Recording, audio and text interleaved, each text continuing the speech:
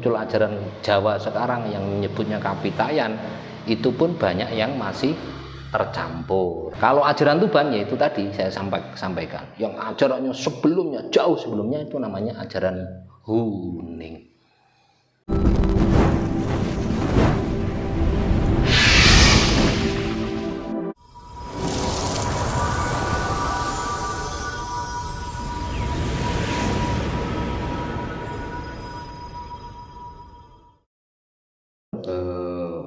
Kan banyak gitu pelaku-pelaku spiritual yang sering kita temui, selalu tujuannya itu satu, melestarikan ajaran leluhur, ajaran Nusantara. Nah, sebetulnya ajaran leluhur, ajaran Nusantara itu seperti apa sebetulnya? Gini Mas Indra, kalau kita bicara tentang ajaran leluhur itu sebenarnya gini loh ya. Leluhur Nusantara ini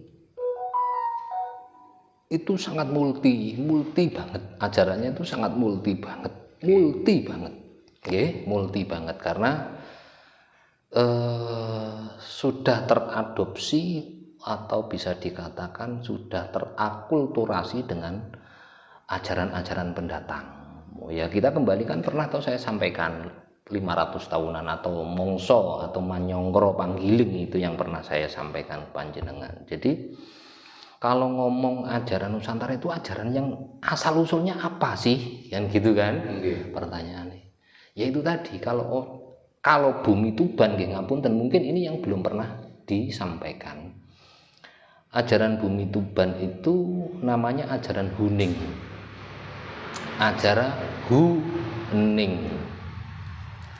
Ini yang mungkin belum pernah disampaikan ke para pamirsa sedaya ngapunten nggih. Karena ini ajaran Huning itu sendiri itu ajaran yang sangat lampau, sangat jauh sebelum era kerajaan itu sudah ada nama ajaran Huning. Nah, terus muncul macam-macam. Bahkan yang sekarang ajaran-ajaran yang muncul, ajaran Jawa sekarang yang menyebutnya Kapitayan, itu pun banyak yang masih tercampur. Tapi kan pernah sesi sebelumnya sudah saya sampaikan. Seperti yang saya sudah sampaikan, jane ngono sing nyampuri sapa to? Kan gitu toh, seperti yang kemarin itu. Ajaran leluhur kita itu kan Tirtawening Tirta Prawitaning Sari. Ajaran Tirta Prawitaning Sari. Nah, seiring perjalanan waktu sejarah berjalan, itu kecampuran akulturasi dengan ajaran Hindu, ajaran Buddha, kemudian ajaran Kristen dan macam-macam lah. Ajaran Islam akhirnya terakulturasi menjadi ajaran-ajaran yang berjalan saat ini. Kalau kita bicara ajaran murni, waduh, dicari murni yang bagaimana gitu loh. Karena memang ketepatan generasi kita saat ini itu hasil dari itu gitu loh. Kalau kita kembali ke kemurnian sejarah, kembali ke kemurnian ajaran, ya butuh waktu yang panjang untuk mengkoreksi dan untuk memilah dan memilih gitu loh. Cuman yang berjalan saat ini adalah sudah ajaran yang mengajarkan ajaran rasa lah, wis gampangane ngono lah. Intinya gitu, mengajarkan ajaran rasa untuk digelar sebagai sarana kita untuk berkehidupan secara bermoral, atau kemarin sempat pada sesi sebelumnya saya sampaikan menjadi manusia yang jerbudi bawa laksono itu Mas Indra. Kalau ajaran Tuban ya itu tadi saya sampaikan, yang ajarannya sebelumnya, jauh sebelumnya itu namanya ajaran Huning. Kurang lebihnya gitu Mas Indra. Ajaran Huning. Nah, di Nusantara ini kan banyak ajaran-ajaran ya. Agama aja ada 5 ya. Belum ajaran Kapitayan Jawa itu tidak terhitung. Betul. Bahkan Islam pun pecah jadi bermacam-macam. Sebetulnya orang beragama itu, orang belajar Kapitayan itu tujuannya untuk apa? Ya itu tadi. Nggih, matur nuwun. Kembali kepada topik ya, Sebenarnya saya pikir semua ajaran agama itu sebenarnya baik, tinggal pelaksanaan ya, pelaksanaan. Artinya kembali kepada pribadi kepribadian. Cuman ya itu tadi, namanya dalam ajaran agama itu sendiri ada tataran itu harus dilewati. Kadang-kadang kita sudah nyaman pada tataran awal katakan, karena sudah mendapatkan kenyamanan, akhirnya tidak mencari lebih mendalam dan mendasar lagi. Nah setelah tidak tidak mau menjalani yang mendalam dan mendasar, akhirnya ya menjadi orang yang kaku.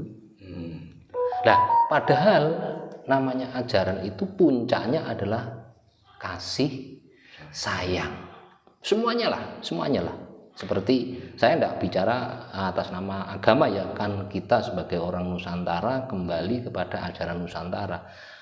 Seperti yang sudah pernah saya sampaikan, itu adalah memayu hayuning pribadi, memayu hayuning keluarga, memayu hayuning sasami, memayu hayuning bangsa tuwin negara, memayu hayuning bawana. Puncak dari ajaran itu sebenarnya memayu hayuning bawana, atau apa ya, menggelar kasih sayang sealam isi seluruh seisi alam ini gitu loh.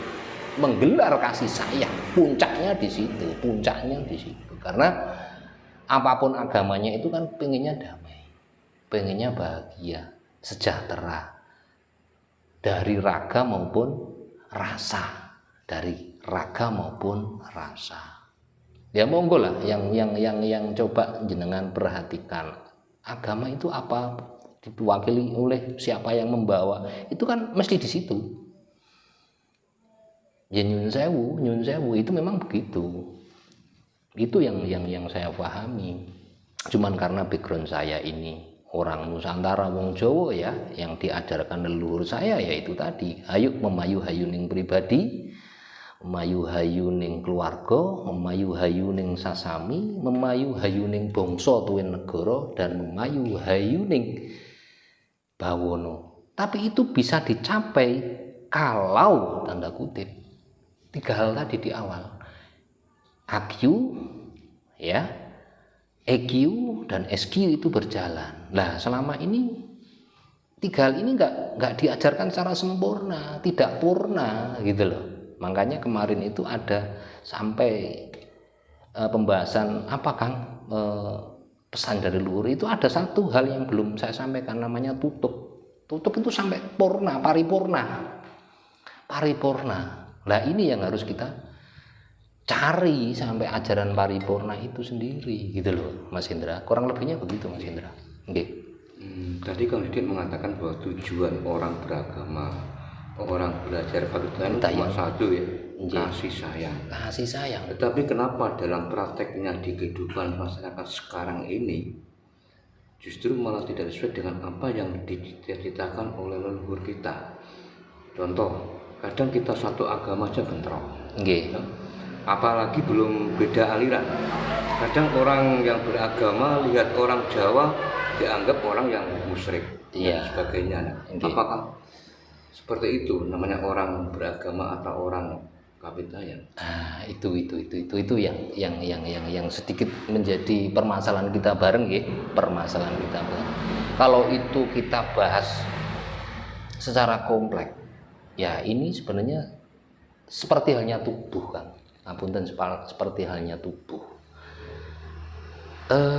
Kenapa sih kok terjadi perselisihan di dalam orang beragama berkapitayan? Karena belum paripurna tadi loh. Belum paripurna. Monggo lah, makanya saya mengajak kepada dulur-dulur sedoyo, mengajak kepada masyarakat kita bangsa Nusantara ini, ayolah kembali kepada ajaran leluhur sampai pada paripurna. Seperti contoh ya, apunten. Seperti yang saya sampaikan di awal tadi, ada tahapan, ada level. Dan level-level itu kalau nggak didalami terus sampai pada titik spirit yang benar, itu ya akan menjadi muncul keakuan-keakuan, merasa ini lebih baik, merasa ini lebih baik, merasa ini lebih baik, akhirnya merasa rasa-rasa itu dadi rasa rumangsa, Mas Indra. Dadi rasa rumangsa, bukan dadi rasa kang bener, ora rasa sejati, tapi dadi rasa-rasa, akhirnya dadi rasa rumangsa. Padahal orang Nusantara ini kan mengenal ojo duwe rasa rumangsa, ning duwe bisa rumangsa, kan gitu toh. Nah, itu karena memang ajaran leluhur kita itu mengedepankan rasa.